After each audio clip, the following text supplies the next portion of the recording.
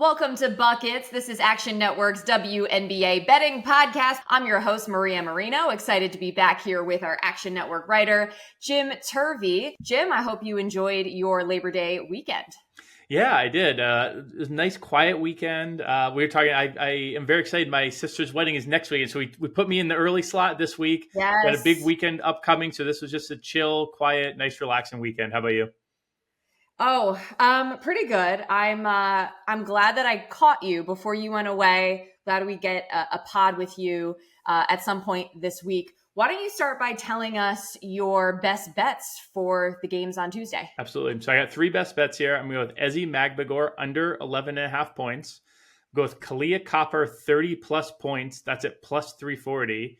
I'm going with Dallas versus Washington, the over in that game, over 170.5. Ooh, okay, I like it. A nice little mix here, a couple props. Well, let's start with the first game of the night, the Seattle Storm visiting the Connecticut Sun. Sun are favored by 4.5. This is where your Ezi Magbagor bet will come into play, but let me just sort of set up the matchup. So Seattle, they're reeling, man. Like I know I've been talking about the last couple episodes that I just don't trust them, and that intuition has been correct. They've now lost 9 straight against the spread, 2-5 straight up since the Olympic break. Now, last week, our director of research, Evan Abrams, had tweeted that when Vegas was on a streak of losing 9 against the spread in a row, that had tied the longest streak over the last 20 years in the WNBA. Vegas has now gotten that monkey off their back, but now Seattle is apparently tied with that streak as well. So, of course, Sunday, these two teams met. The Sun beat Seattle 93-86. Bree Jones, 26 points, 6 rebounds. The other meeting back in June, Seattle won. I think there was some thought that this could have been a spot to target Seattle because Connecticut was on the second night of a back-to-back, and Alyssa Thomas was really banged up the night before in Washington, but she ended up playing on Sunday. So why don't we just start with your take on this game and then why you like Ezi? Yeah, so this is one where if I just look at the numbers definitely say to go towards the Sun. You know, they won the previous matchup. The Storm have been really struggling since the break. But there's something about, like we talked about last game, these back-to-backs, when you play the same team twice in a row, they are a little bit funky. And the 9 straight non-covers is like you're getting. You don't want to try and you don't want gambler's fallacy. You don't want to try and catch the falling knife too much. But the Seattle team is the reason I'm not going to go on the Seattle side either. They are kind of like good Atlanta. I think that's how I'm thinking of them now. Where you can't. They're definitely better than Atlanta, but I do not want a piece of the Seattle team right now. Kind of from my big picture futures perspective, this was the team that I was really, really invested in at the beginning of the season. I thought the number was way off. They've looked good at times. The weirdest thing is out of the breaks. So now they have Gabby Williams. Skylar Diggins-Smith is actually playing some of the best basketball that she has played all season. It's like you always watch it. You're like, how is this not clicking? And it doesn't entirely make sense. And it's one of these, you hear it in sports a lot where the sum is less than, or the total is less than the sum of their parts. That's kind of how I feel about the Seattle team right now. And I don't know if it's a first season gelling. We saw a little bit with the Liberty last season where they were able to get to the finals, but then, the first year of these things, maybe it's just a growth period. And that's something we as bettors need to really focus on is the first season of a, quote unquote super team is really a feeling out period. And it's not the time to load up on them, but I don't know. I want to see this. I want to see how this plays out. They're back to being, right in that battle for the 4 or 5 seed in terms of home court with Vegas. That's going to be hugely important as we come down the stretch here. So I got a lot of thoughts, big picture on this game, but my only real bet is the Ezi Magbagor bet. I mentioned under 11.5 points. The unders have been going hard for Ezi lately. So she was in single digits only 4 times in the first 25 games this season, before the Olympic break. Since the Olympic break, she's been single digits 5 of the 7 games. So she's not really getting force-fed the ball right now. Maybe it's that Gabby Williams is back. Maybe it's that Skylar Diggins-Smith is kind of being more aggressive instead of passing off on some of those drives she's now trying to finish. But whatever it is, Ezi is not really scoring the ball right now. Now, The only counter to this play, and I would say at this time of the year, you want to be kind of half units because the WNBA is just kind of wonky right now. The only thing I would say as like kind of a, not just a hammer under spot here is two things.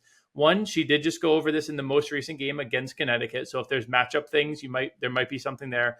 The other is that if Seattle keeps losing, they might try to assess, hey, the fact that we're not getting Ezzy the ball has meant we've been playing poorly as Ezzy's scoring has gone down. So maybe Noel Quinn's going to say, hey, point of emphasis, let's try and get Ezzy involved early. But in terms of what I'm seeing from recent games, in terms of her usage, in terms of her shot attempts, right now unders are the play for Ezzy. So that player prop is going to be my best bet for that game. Got it. And as far as diagnosing Seattle's issues, can't quite put my finger on it yet, but at least with this last game, I mean, it might just be that they ran up against a Connecticut team that is playing considerably better. They are starting to gel with Marina Mabrey. We kind of wondered after the trade deadline, after the break, what teams would be affected by their new additions. And so far, anyway, it seems like Connecticut is figuring it out a little bit sooner. And also, it's a tough matchup for Ezzy. Any bigs are going to have a tough matchup against Connecticut, in my opinion, because you got to deal with Alyssa Thomas and her physicality. And then Bree Jones the other night just had like her best game of the season, so yeah. That's a little bit unfortunate. But okay, so one game down. Let's keep it moving. The next game, 8:00 Eastern, Mystics visiting the Wings. The home team is favored by 4.5. This is suddenly like a juicy matchup. I mean, I think a month ago we would have been like Mystics, Wings, blah, like don't really care, don't really need to watch. But the Mystics, I believe they both have the same record, 9-23. Washington is also 20-11-1 ATS. I know we've been talking about it all season, but like they cover. They're a competitive team. They've covered 4 of their last 5, minus the loss Saturday against Connecticut, which I had mentioned. Brittany Sykes in that one got like carried off the court, then returned. I think she's good to go. Yeah. something to watch for. And then Dallas, they're a different team with Satu Sabali. They've won 3 of their last 4, 2-2 against the spread. Last game was Sunday against Indiana, in which they fell short, still scored 93 points. Their defense is still suspect as anything, but what Satu is doing is they're able to just outscore teams. And Arike in that game was 9 of 16 from 3, finished with 34 points. I always like to give my little shout outs because that was pretty amazing in the game against Indiana. Satu is averaging 20.6 points per game in the 7 games that she's played. So, I mean, she's back to, she's not going to get it because she hasn't played the whole season, but she's looking like first team all WNBA type of player, all-star caliber player. Now, Washington has won both the meetings this season because they have caught Dallas, in a banged up state, I would say.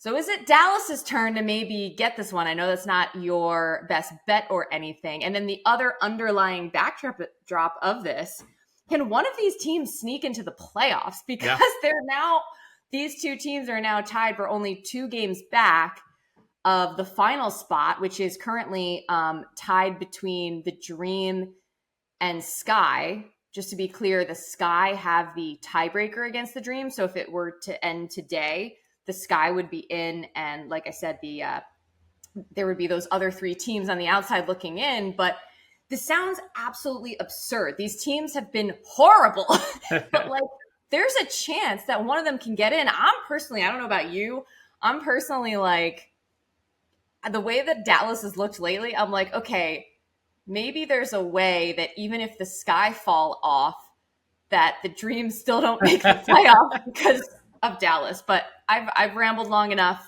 What are your thoughts here? No, I think you touched on a couple really interesting points. I mean, you mentioned how Washington is the best ATS team in the W this season. Well, they're going against the worst ATS team in the W in the Dallas Wings, who just surpassed. Now that the Aces have kind of caught their footing a little bit, the Wings are now the worst ATS team. But this is one of those games where, they always say markets, they're going to become efficient eventually, right? They move towards efficiency. And I do think this is a case where even though it is the best ATS team versus the worst ATS team, I think they're starting to squish together a little bit more. And I would actually lean towards the Dallas side of this. For one, we've seen Washington kind of be content with, like we'll give away the game at the end. We're going to cover, but we're okay losing in a tighter spread against Dallas. Like someone, against the Aces, they're going to be, 12, 13-point underdogs. They can lose by 6 and easily cover. This game, it's a little bit more of a needle to thread to lose and still cover. And so I kind of lean towards Dallas. They're going to be a little bit, I think of the two teams, if you had to say to one of them, you got to push for the playoffs, or you're going to kind of like sit off a little bit and be content with, a better pick. I think Dallas really wants to make that push. And so I think we might see that at play here. The other thing you mentioned, so we talked ATS records and, if they're, can we trust them at this point? And maybe markets are becoming more efficient. With Dallas overs, I still think Dallas overs are the play. So that is my play for this game. They're 20, 11, and 1 to the over this season. And on the Washington side of things, the only person we know isn't going to be playing is Shakira Austin. And they are more of an over team than an under team when Shakira Austin's actually one of the best defenders in the W. That makes perfect sense. So for me, I want to be targeting this over. Washington's offense actually looked really outstanding in their most recent game as well. So I'm definitely targeting the over here, and I lean towards Dallas. I kind of think that, I'm not usually like a minus 200 money line type player. I know Michael Fiddle's come on, and he's talked about how if it moves past a certain point, he really likes, he likes to move to money line. That might be the play here if you're looking towards Dallas, because Washington has been so good at keeping these games close and getting these late covers. I kind of like the Dallas money line as a team that I think really does want to make that push to help your dream to miss the playoffs bet stay alive. So I would lean to Dallas. I'm so biased against but my favorite bet is the over in this game. Yeah, no, it makes perfect sense. I mean, I don't feel like I need a lot of convincing to bet a Dallas over. It just seems to go hand in hand. And one thing that was really cool about watching them play with Indiana was they were matching their pace, and they were just, it was going up, down, like crazy. But I agree with what you said about, it does seem like Dallas is like, wait, we can do this. Like we can make playoffs. Like we're too talented to like, let this season just fall by the wayside. But yeah, so the over at 170.5, the total is set there over on BetMGM.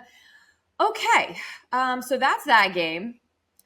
Moving on. You want to go Dream Mercury first or Sky Aces first? Let's clear out Sky Aces, since I think we both have the same hesitation in terms that we want to see one thing official before we make any moves on this game. Okay, so to clarify, not a best bet for this game, but I do want to hear sort of why you're staying away. But the Sky are visiting Las Vegas, 10 p.m. Eastern on NBA TV. Aces are favored by 12.5. So this was another fun little tidbit that our Action Network Director of Research, Evan Abrams, shared last week. Going into Friday, double-digit underdogs were 34-14 ATS this season. I did my little checking. I believe that's now 35-15. So double-digit underdogs have been profitable. Okay, I mentioned Vegas earlier. They had lost 9 straight against the spread. They've now won and covered their last 2, Atlanta on Friday, Phoenix on Sunday. Chicago has continued to play pretty close games for the most part, but they've now lost 6 in a row straight up, and they looked absolutely... It's unfortunate because there's still players doing some good things. Obviously, we know Angel Reese continues to dominate the glass and everything, but without Kennedy Carter, it's just the Sky, they really can't do much. And in the season series, Vegas is 2-1 straight up, Chicago 2-1 against the spread. The last meeting, you'll probably recall, Vegas won by 2 on August 25th. That was that Asia Wilson game winner off the inbound play with a few seconds left. After Kennedy Carter had hit that big 3, like that was one of the best games of the season. Good call. And that was the last game Carter had played in. So she missed the last 3 due to health and safety protocols. I mentioned that the Sky are still barely clinging to a playoff spot, but it's looking bleaker by the day.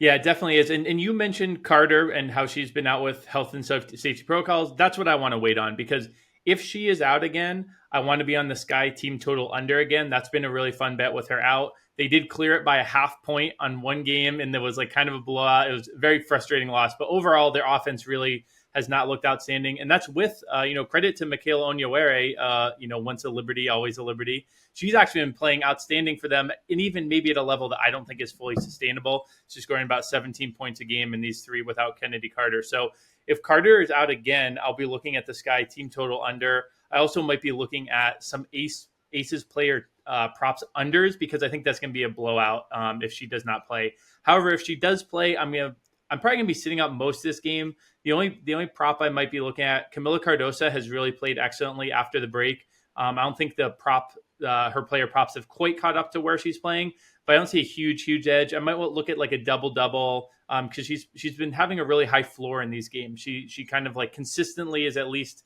at like 8 or 9 points and rebounds. So she's in that general vicinity, and then you can get a little bit of plus money on it if you're doing the double. Yeah, she's been great. And by the way, we're recording this Monday evening around 6 o'clock Eastern. I've been checking incessantly for any update on Kennedy Carter. Yeah, nothing yet. But I appreciate that you kind of gave the, if she plays versus if she doesn't play. So for whenever you're listening to this, hopefully you can apply it because, she's just such a key piece. I'm glad you mentioned Cardoso too. I think she's been flying a bit under the radar because we've been, rightfully so, ranting about the flashy rebounding numbers for Reese, but Cardoso has been an excellent pro. To your point, she's been really, really fun to watch. All right, anything else on that game? I'll only say I was hoping that we could remember last time with me, you, and Joe, we started talking about Kennedy Carter, and then instantly we got news. But this time, apparently, we couldn't Beetlejuice her into having news for her. Pretty remarkable. And I had shouted out Annie Costabile from the Sun-Times in Chicago for that. And she had actually, I was looking at her Twitter, and that's where I saw someone had asked her, like, okay, are the Sky out of the playoff picture right now? And she clarified the head-to-head is the first tiebreaker. Nice. So right now she's she's on top of it, and the Sky's still ahead of the Dream. Speaking of our final game here on Tuesday, as we are into September. By the way, playoffs. Playoffs. I have to go there. They are starting September 22nd. So I mean, we're getting down the stretch here. Just a few short weeks. So it's kind of wild. I can't wrap my head around it. But that being said, for tomorrow or Tuesday, Dream at Mercury. Phoenix favored by 2.5. This is another 10 o'clock Eastern tip. So a couple hours ago, we saw the news that Natasha Cloud is out. She received her 7th technical foul of the season on Sunday, as did Diana Taurasi, but that was rescinded upon league review. So Diana is not suspended for this next game. Tale of two teams here since the break. Mercury 2-5-1 ATS. Their only wins were against Chicago. The Dream, 5-2-1 ATS since the break. They last played Sunday, beat LA. In the season series, Phoenix is 2-1 straight up. All 3 games were within single digits. And you know what's hilarious? You said, what did you call Seattle? The good dream. The good dream. And then I'm starting to think, what is Phoenix then? Because Phoenix is another one that, like, I feel like they should be better than they are. And you're going to talk about Kalia Copper because she's obviously a stud. But this game, you were mentioning, like, the line almost seems a little odd. Like I said, we're still seeing it at 2.5. It hasn't really changed with the Cloud news, or has it? Yeah, my guess is that people knew of the technicals and that the original was baked in that, both were going to miss. And then with the Taurasi news, it moved a little bit towards Phoenix. But I'm still very confused by this number. I think that with no Cloud, I think that the Dream are the better team. You mentioned how each team has been against the spread since the break. Atlanta has been better. They still have burned me a few times. Yeah, I think somehow you said that they're 5-2 against the spread. I bet the 2 losses were the 2 times I came on and gave them on this podcast. But the Mercury are always also a very shallow team. They don't have a lot of depth, so any one player missing for them is going to hurt a lot more than some other teams. And we still have Beck Allen sidelined. Every additional player to me is almost like 2 or 3x what their normal value would be, because the Sun or the Mercury just don't have that sort of depth. So I'm going to be looking at the Atlanta side, but I'm not making a best bet. I cannot come on here in good conscience and give out an Atlanta bet. You would cut the mic, do something. It's not allowed. Okay, so let me just clarify. You were on with me last week, the Tuesday episode with Joe, but the episode prior to that, Friday, the week prior to that, is when you came on and you were like, I can't believe I'm going to say this, but I'm going to bet the Dream. And that was the ATS loss to Indiana, I believe. Now, the last one, I believe that you bet the Dream. You didn't say it on our pod because I don't think you were on, but playing against Las Vegas the other day. Yes. That was a brutal beat. They had 10.5. They fouled with 40 seconds left to go to 11, and then Ryan Howard missed the layup at the basically at the buzzer. And didn't Ryan Howard have another weird game where she just 4 for 19 or something? Yeah. She's something does of all the Olympians who have come back, she seems to be wearing the Olympics a little bit more, and it kind of makes sense. I feel like the 3-on-3s, maybe they were that was more draining than the 5-on-5, so I could see that being a reason. But she has not looked good since the break. Yeah. So anyway, just wanted to set the record straight on that. How about Kalia Copper? Talk to me. Yeah, with no Cloud, it's going to be a lot more usage for Cobb, both as a ball handler, but just point of attack. Now that her points prop is notably bumped up to 23.5, which is higher than what we'll normally see. And with Ka, if you know Ka, she's a microwave, right? When she gets going, she can really get going. So I want to be on the high end of this. So I'm going to take the 30 plus. I mentioned it being at plus 340. The Dreamer are solid defense, but Copper's the type of player who it doesn't really matter the defense. It more matters if she is fully in the zone, fully locked in, and getting a lot of the ball. I think that is the elements are there for her to be, in what is going to be a pretty big game for them. They are holding on to, suddenly the Fever, we're right there with them in the standings. So there's a lot for them to play for. I think this is going to be a big, big game for Copper with Cloud out. And so I'm going to go for the high end of the tail here. I'm going to go for the 30 plus at plus 340 for Kalia Copper. I love it. I love the microwave term. That's great. If we get microwave Ka, doesn't matter what the defense is doing. Exactly. Just let her go. I think that's a safe play, considering as we discussed, the side's a little scary, and can't do it. And I do think the Mercury needs some pride here. And again, the Dream, they've been playing way better. But, at some point here, they got to start building some momentum going into the postseason. I agree, this is a really big game. This is a winnable game. They're at home, even without Cloud. It's come on. This is one where you, if you're Phoenix, you see it as we got to take care of business right here. Correct. So that's the 4-game slate here on Tuesday. Anything else you want to get off your chest, Jim? No, I mean, you mentioned that we are, under 3 weeks away from playoffs. So I'm just counting down the days right now. It's going to be the stretch run is going to be awesome. But I mean, let's be honest. We're all here for the postseason. That's what sports are all about. Already just so excited to see. I really want to see these matchups. I really want to dig in on some of these. We've got the Fever, who suddenly look like, a top 4 team in the W, and they look outstanding. Are they going to really scare someone? The matchups are going to be great, and I'm just excited to see how it all plays out and get some awesome W postseason moments to remember. I think this is going to be epic. I think this could be a postseason where it's not all chalk. Yeah. I really think there are some lower seeds that are going to be really feisty, and honestly, we've been kind of poking fun at some of the records of those lower seeds, like a Washington, like a Dallas. But when the postseason comes around, all that's going to be kind of thrown out the window, because to your point, you've talked about this point in the season being kind of wonky. I think the Olympic break has kind of thrown a lot of things off. There's been player movement. And so really, I feel like anything can happen. If you get in, it's going to be danger, scary hours. One other thing I want to get off my chest, because you're here, I'm just going to vent to you because I just saw this before we came on. Did you happen to see Lisa Leslie's tweet about Rookie of the Year? This one I did not know. Yeah, you're like, oh, great. What do we got here? No. First of all, I adore Lisa Leslie. I don't know how you wouldn't. She's amazing. All respect. One of the goats, yeah. She essentially tweeted, I don't care what comparisons you make, both Angel Reese and Caitlin Clark deserve Rookie of the Year. Pressure and weight of this season has forever changed the league. Both rookies rose to the top and exceeded our expectations. Take a bow. And that's all lovely. But I'm sorry, I despise the idea of a co-winner of anything. Anything. I don't care if it's the NFL, NBA, which, by the way, I don't think that would ever happen. I don't think it would happen in the W either. But I just feel like that idea would kind of be unfair to both players. Like, pick a winner.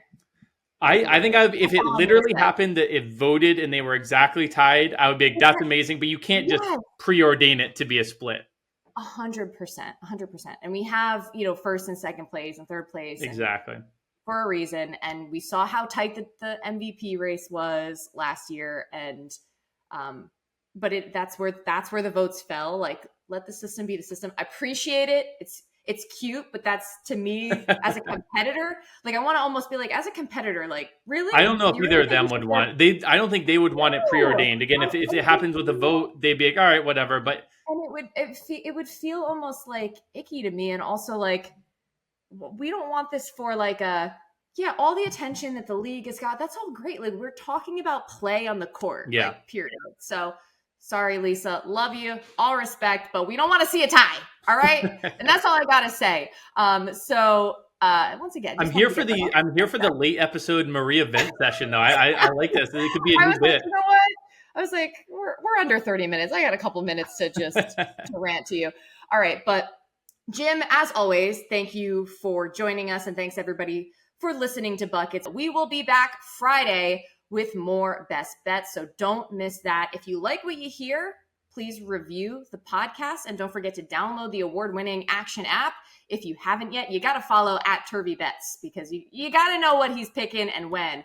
So get on that. And let's get buckets.